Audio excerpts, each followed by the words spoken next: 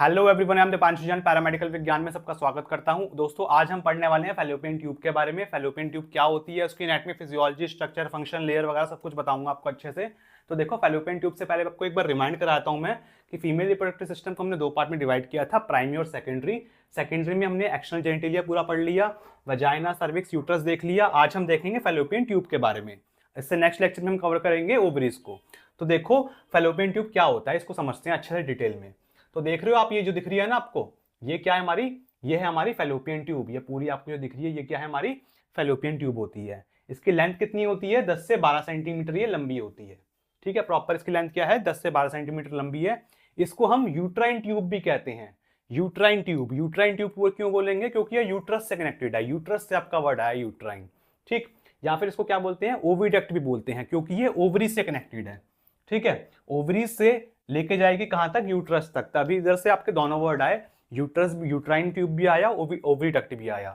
ठीक है, पेयर्ड होते हैं। पेयर्ड मतलब दो होंगे, एक इस ओवरी से साथ कनेक्टेड होगा, एक हमारे दूसरी ओवरी के साथ कनेक्टेड होगा। ठीक है, टॉर्टस नेचर की होगी। टॉर्टस मतलब कि आपका ऐसे थोड़ी सी बिल्कुल सीधी आपको दिख रही है, बिल्कुल सीधी नहीं होती है, ऐसे थोड़ी सी मुड़ी मुड़ी सी होती है ये। ठीक है, टॉर्टस नेचर की होती है। It is developed from Mullerian duct. Mullerian duct जो होती है, जब एम्ब्रियो डेवलपमेंट हो रही होता है, जब पूरा बच्चा प्रॉपर आपका बन रहा होता है ना, तो आपकी मुलेरियन डक्ट जो होती है, उससे ही फीमेल बॉडी में आपकी फैलोपियन ट्यूब भी बनती है। साइट ऑफ फर्टिलाइजेशन, ये क्या है? फर्टिलाइजेशन की साइट है, मतलब वो जगह जहां पे फर्टिलाइजेशन होता है। पूरी फीमेल बॉडी के अंदर कहां पे फर्टिलाइजेशन होगा? इधर ही होगा। यानी कि जो मेल से स्पर्म आएगा, ऐसे पहले वजाइना वगैरह, सर्विक्स वगैरह सब जगह से घूमते घामते यूट्रस से होते हुए आपका इस साइड पे आपका क्या आएगा? इधर से आपका स्पर्म आ रहा है।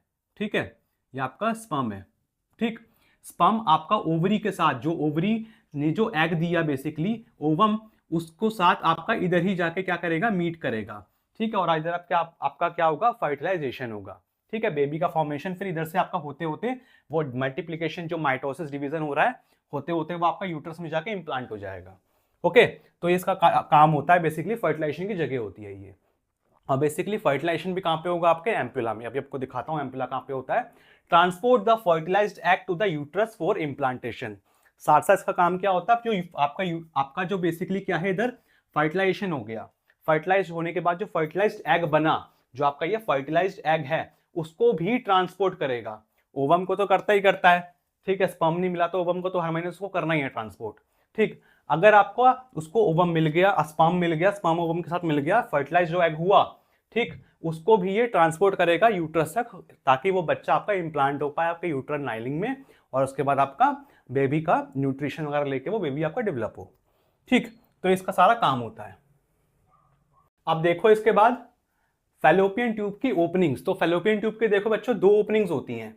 पहला है हमारा यूट्राइन ओस्टियम। यूट्राइन ओस्टियम मतलब, ओस्टियम वर्ड समझो सबसे पहले तो। ओस्टियम का मतलब होता है ओपनिंग या फिर ओरिफिस। ठीक है, ओरिफिस बोल लो, ओस्टियम बोल लो, ओपनिंग बोल लो, बात सबका मतलब बराबर एक ही है।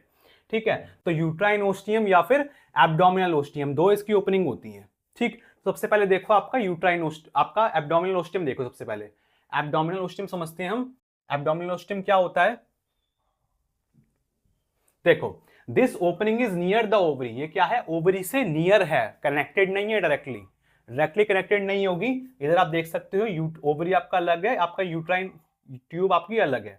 ठीक है, डायरेक्टली कनेक्टेड नहीं है, इसके पास है। बेसिकली क्या होता है ना, ये आपकी जो ओपनिंग है वो कहां पे ओपन होती है? ओपन इनटू पेरिटोनियल या फिर एब्डोमिनल कैविटी। ये कहां पे ओपन होती है? आपकी एब्डोमिनल कैविटी में। तो आपकी ये एब्डोमिनल कैविटी है या फिर पेरिटोनियल कैविटी है, यहां पे ओपन होती है। तो आपका ओवरी से जब एग गिरता है, ठीक है, ओवरी से जब एग गिरेगा, तो आपके जो फिम्ब्रे लाइक प्रोजेक्शन होते हैं, ये आपको दिख रहे होंगे, ये फिम्ब्रे हैं। ठीक है, ये आपके जो फिम्ब्रे लाइक प्रोजेक्शन है, वो बेसिकली क्या करेंगे? इस एग को कैच कर लेंगे, पकड़ लेंगे, और उसको फैलोपियन ट्यूब की तरफ गाइड करेंगे। ठीक है, guided into the fallopian tube. तो फैलोपियन ट्यूब की तरफ ये गाइड करेंगे। ठीक है, एग इसने ओवरी ने रिलीज कर दिया एग, अभी एग ये फिम्ब्राई कैच कर लेगा। ठीक, फिम्ब्राई कैच करने के बाद फिर ये आपका फैलोपियन ट्यूब की तरफ आगे भेज देगा। ओके, अब इसके बाद समझो आप यूट्राइन ओस्टियम। यूट्राइन ओपनिंग देखो अब, located where the fallopian tube connected to the uterine cavity. कहां पे प्रेजेंट होगा ये? जहां पे यूट्रस है उसके पास का प्रेजेंट होगा आपका यूट्राइन ओस्टियम। ये देख सकते हो, ये आपका क्या है? ये आपका यूट्राइन ओस्टियम है। ठीक, this narrow opening allow the passage of the fertilized egg from the fallopian tube into the uterus for implantation. तो ये क्या करता है, आपकी जो ये क्या है, बेसिकली आपकी नैरो ओपनिंग है। नैरो मतलब बहुत पतली ओपनिंग है। ये वाली साइड की ओपनिंग जो होगी आपको पतली दिख रही होगी, जबकि ये वाली साइड की आपकी ओपनिंग जो है वो आपकी काफी ज्यादा चौड़ी है। ठीक है, लेकिन ये वाली साइड की आप देखोगे आपकी ओपनिंग आपकी बहुत ज्यादा पतली है ये। Okay, this narrow opening allow the passage of fertilized egg from the fallopian tube into the uterus for implantation. तो इसी से बेसिकली क्या होता है कि आपका जो फर्टिलाइज्ड एग है वो आपका यूट्रस तक जाएगा, इधर आपका यूट्रस तक जाएगा और इधर जाके इम्प्लांटेशन हो जाएगा। ठीक, अब इसके बाद चलते हैं हम नेक्स्ट पे, पार्ट्स देखते हैं फैलोपियन ट्यूब के। अब तो देखो फैलोपियन ट्यूब के हमारे बेसिकली 4 पार्ट्स होते हैं, इनफंडिबुलम, एम्पुला, इस्थमस और इंटरस्टिशियल या फिर इंट्राम्यूरल पार्ट। ठीक है, तो सबसे पहले हम बात करते हैं इनफंडिबुलम से। इनफंडिबुलम देखो क्या है, फनल शेप स्ट्रक्चर है।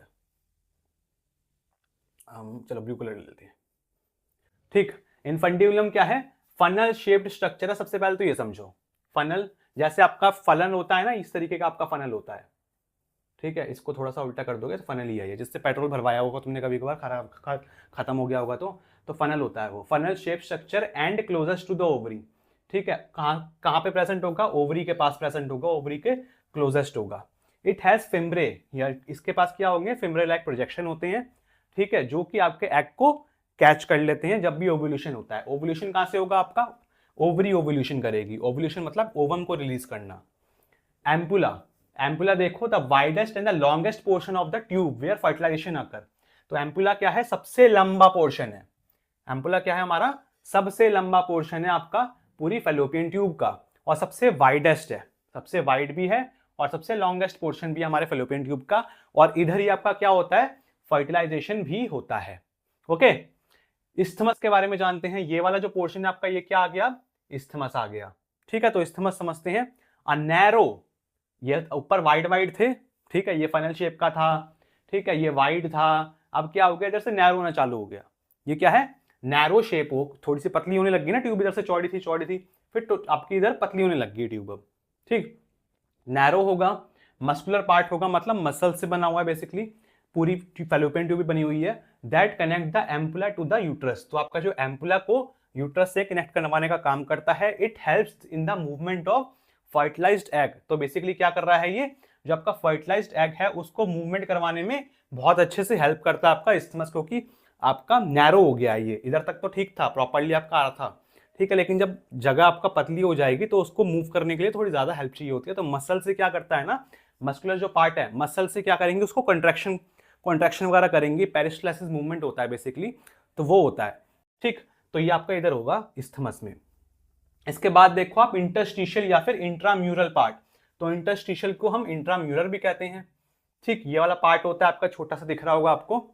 This segment that passes through the uterine wall. तो ये जो सेगमेंट है ये कहां से पास होगी, आपकी जो यूट्राइन की वॉल है, मतलब यूट्रस की जो वॉल है उधर से पास होगी, और open directly into the uterine cavity या फिर यूट्रस में।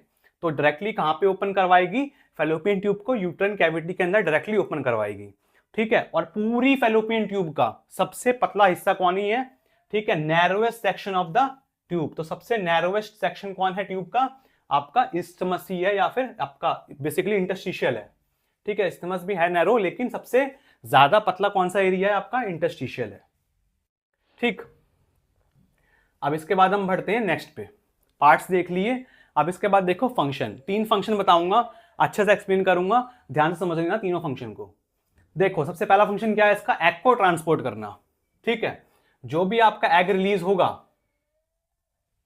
जो भी आपका इधर से एग रिलीज हुआ, ओवरी ने जो भी एग रिलीज करा, ठीक है, फिम्ब्राई इसको कैच करेगी। ठीक है, इनफंडिबुलम के पास जो आपकी फिम्ब्राई है उसको कैच कर लेगी और उसको फैलोपियन ट्यूब तक लेके उधर अंदर पूरा पास करवाएगी, यूट्रस तक लेके जाएगी। एग का ट्रांसपोर्ट करने का काम हो रहा है। ठीक है, the egg then travel through the tube moved by combination of.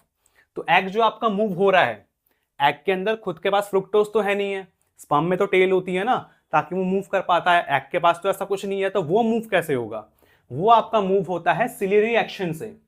किससे, सिलियरी एक्शन से। बेसिकली क्या है, इसमें सिलिया प्रेजेंट होते हैं। ठीक है, सिलिया छोटे छोटे आपके सिलिया प्रेजेंट होंगे। सिलिया क्या होते हैं, आपके हेयर लाइक स्ट्रक्चर्स होते हैं।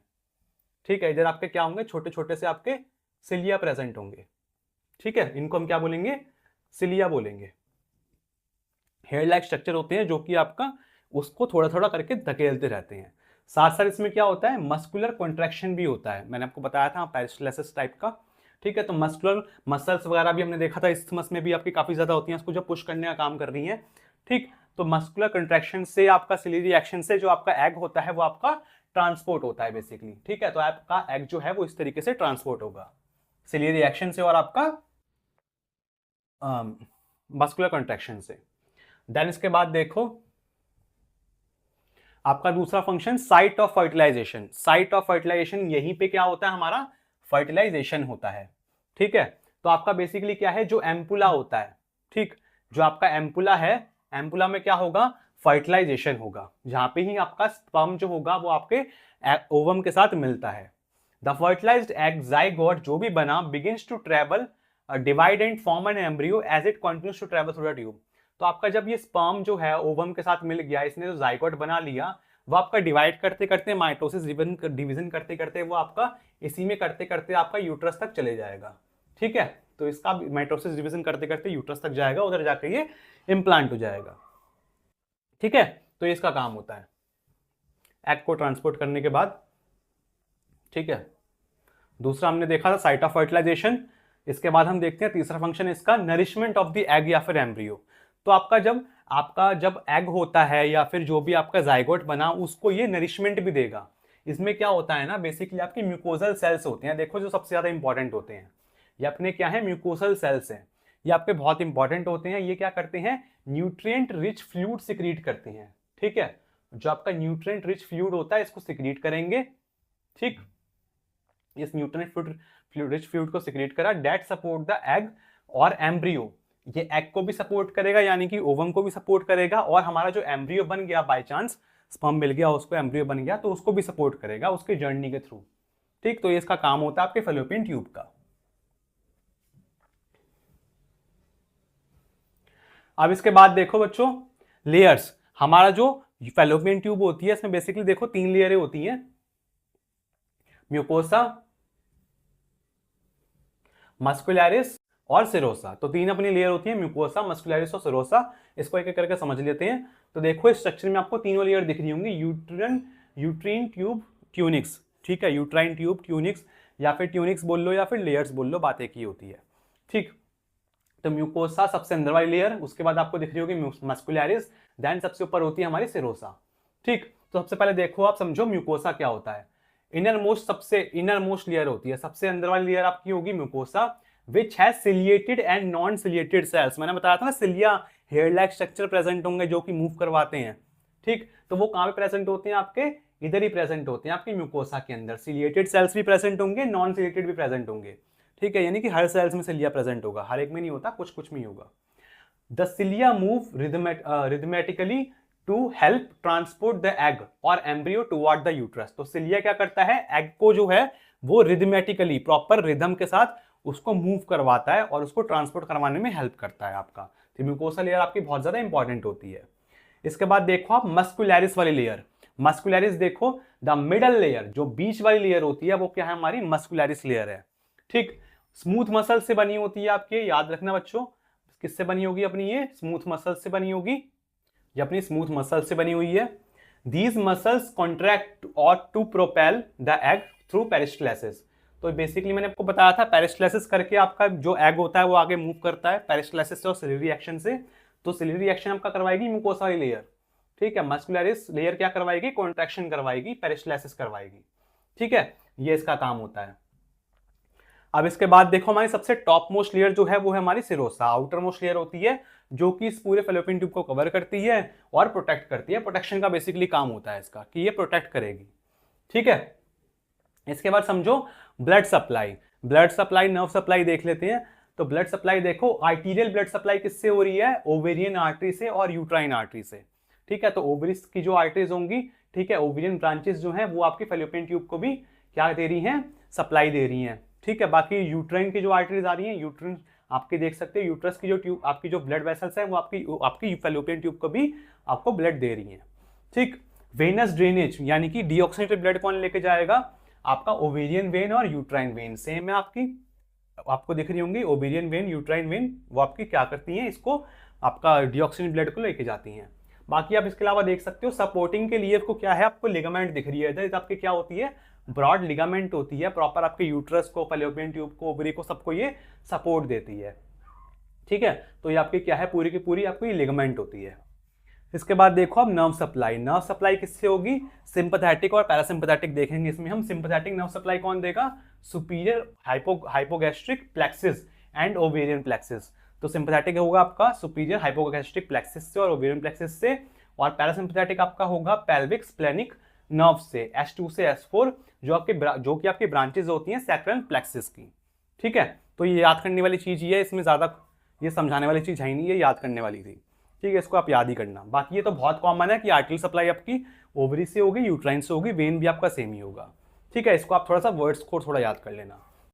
ओके, तो स्टूडेंट्स ये था हमारा आज का लेक्चर आपके फैलोपियन ट्यूब के बारे में। फैलोपियन ट्यूब आपको आई होप कि समझ में आ गया होगा, सारे डाउट्स आपको क्लियर हो गए होंगे। अगर आपको वीडियो अच्छी लगी हो तो वीडियो को लाइक कर देना, चैनल पर अगर पहली बार तो चैनल को सब्सक्राइब कर लो। मिलते हैं हम बहुत जल्दी नेक्स्ट वीडियो में, तब तक के लिए बाय बाय।